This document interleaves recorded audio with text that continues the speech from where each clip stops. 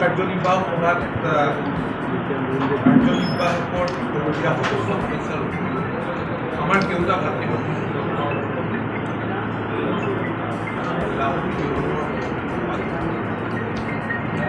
সকলোৰে উপস্থিতি আমি আগন্তুক বিধানসভা সমষ্টিকেইটাৰ উপ নিৰ্বাচন আৰু পঞ্চায়ত নিৰ্বাচনৰ ওপৰতে বিস্তৃতভাৱে আলোচনা আমি 31 আগষ্টৰ আমাৰ দুটা বিধানসভা আৰু লগতে উপ নিৰ্বাচন হ'বলগীয়া সমষ্টি আৰু অন্যান্য সমষ্টি 31 আগষ্টৰ ভিতৰত সাংগঠনিক স্তৰবোৰ পূৰ্ণাংগ কৰাৰ কাম কৰিবলৈ আমি আছে আমাৰ পুনৰ্গঠন কৰিবলগীয়া আছে বুথ কমিটি আৰু ৱাৰ্ড কমিটি এইবিলাকৰ কাম সম্পূৰ্ণ কৰি 31 আগষ্টৰ ভিতৰত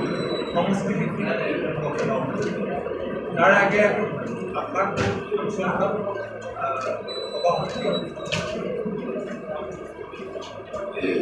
সভাই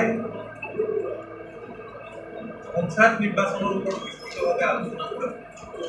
আৰু এইবাৰ আপোনালোকে জানে যে পঞ্চায়ত নিৰ্বাচন পোনপটীয়াভাৱে সভাপতি নিৰ্বাচনো নহয় ৱাৰ্ড মেম্বাৰবিলাকে সভাপতি নিৰ্বাচন কৰিব আৰু সেইকাৰণে প্ৰতিগৰাকী ৱাৰ্ড মেম্বাৰ সিলেকশ্যন কৰোঁতে যাতে সাৱধানতা অৱলম্বন কৰে এই নিৰ্দেশ দিয়া হৈছে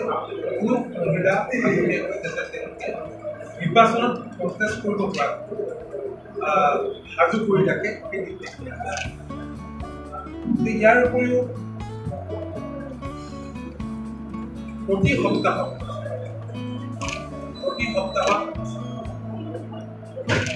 ভিডিঅ' কনফাৰেন্সিঙৰ জৰিয়তে দলৰ বিভিন্ন সাংগঠনিক স্তৰৰ কৰ্মকৰ্তাসকলৰ লগত মত বিনিময় কৰা 19, 20 আৰু 21 আগষ্ট তাৰিখে তিনিদিনীয়াকৈ এখন ৰাজনৈতিক কৰ্মশালা অনুষ্ঠিত কৰাৰ কাৰণে কেতিয়াও দলৰ বিভিন্ন ৱৰ্কশ্বপ হ'ব তাৰ কাৰণে আমি তাৰ কাৰণে এখন কমিটিও দিয়া হৈছে কমিটিৰ বাবে ৰমেন্দ্ৰনাথ